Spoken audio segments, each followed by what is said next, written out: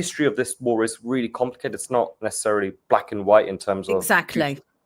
Putin is this madman, crazy Hitler-esque person, which I think is really unfair. I'm not saying he's the good guy. I don't think he is, but there is a lot more to unpack in this whole in this whole dilemma. So I actually want to go through. I've made a few notes to make sure I don't miss out the timeline of these events. But I think that this war started in 1990. I think when Germany, when when I say we, I mean the West, America, and us, when we decided that we want Germany unified, rightly so, the West and East Germany back together.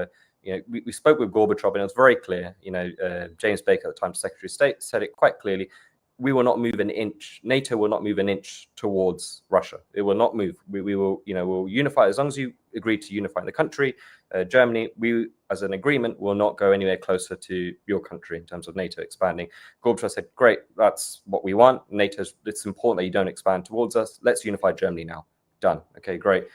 That changed 4 years later. Clinton made it clear that he had plans to NATO to aggressively expand. And years later, 1999, we saw 3 countries, Poland, Hungary, Czech Republic, all join NATO. Again, this is a direct change from what we said in 1990, where we said we would not grow an inch towards NATO. We grew towards NATO here in these 3 countries.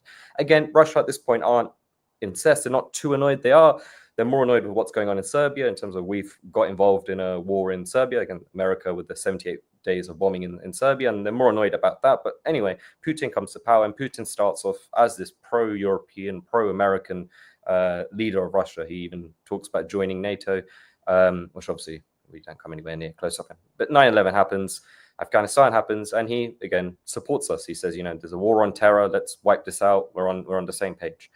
Changes again, and I think that this is the big change, which is really missed out, and a lot of this is 2002, when the US walk out the anti-ballistic missile agreement, the treaty essentially, which meant now America could put missiles that could go into Moscow within 3 minutes, 4 minutes. They can now put some of these missiles in countries around Russia. Russia say, look, this seems like a threat. The US say, no, it's not. It's just, we're safeguarding, and it's a defense mechanism. And Russia say, no, I think this is a bit of a threat. You're putting missiles that could come to our country in a very short space of time. Then 2004 happens, and we see Estonia, Lithuania, in total 7 more countries join NATO. We, again, going back to the 1990 promise we made of not growing NATO an inch towards them, we've now got 7 more countries that have joined NATO. Again, going against the thing. Then we go into Ukraine, where the first so-called color revolution, where we are actively, as in US, are actively involved in a regime change, a soft regime change, in terms of we actively take out. We put Zelenskyy in, and then we basically say this is, we want more pro-NATO, pro-Western influence in Ukraine. That changes in 2009 when Yanukovych comes into power, and Yanukovych says he wins on neutrality, where he says, look, my country's divided. I don't think most of the country doesn't really want to go in NATO. Half it's ethnic Ukrainian, half it's ethnic Russian. And he kind of wins on the basis of neutrality, because he's essentially saying, I want to keep both parties happy. Let's leave it at that. That's not enough for the US, so we do another regime change in 2014. So we change that, and it's all documented. The US ambassador talks to Victoria Nuland about it, where she says, we should actually, they actively give out names in terms of who they think the next president of Ukraine should be, and they even say that we can get Biden on a plane, at the time vice president, to basically, give him this new leader a pat on the back and get him, that sort of media attention.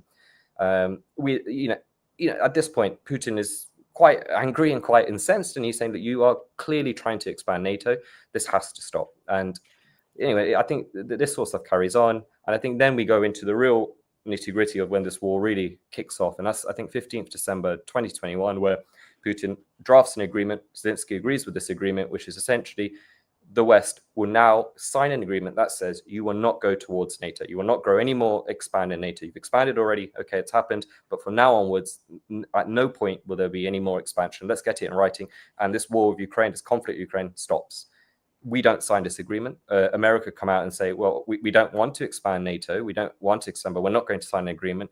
And they then go as far as saying NATO is an open door policy.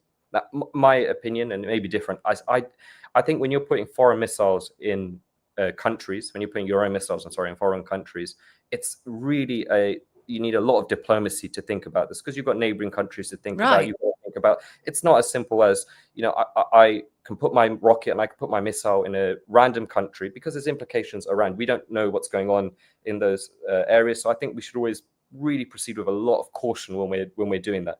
And I think, again, I think the West has played a really poor role in this war, and I think this isn't a defense of Putin. I think it's more of an attack on us and what we, as in America in particular, have done really poorly in the last 20-30 years in terms of where we are with this conflict. And I think we need to kind of accept some responsibility in what's going on in that country, because innocent Ukrainians and Russians are dying right now. And I think, regardless of where we politically or what do we think on this, I think most people would agree that we want it to stop ASAP.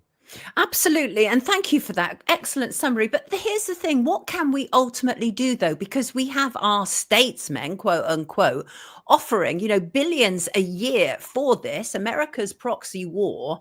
How can we stop that? I mean, are we ultimately responsible? It's our money that's being used, but we have no say in it.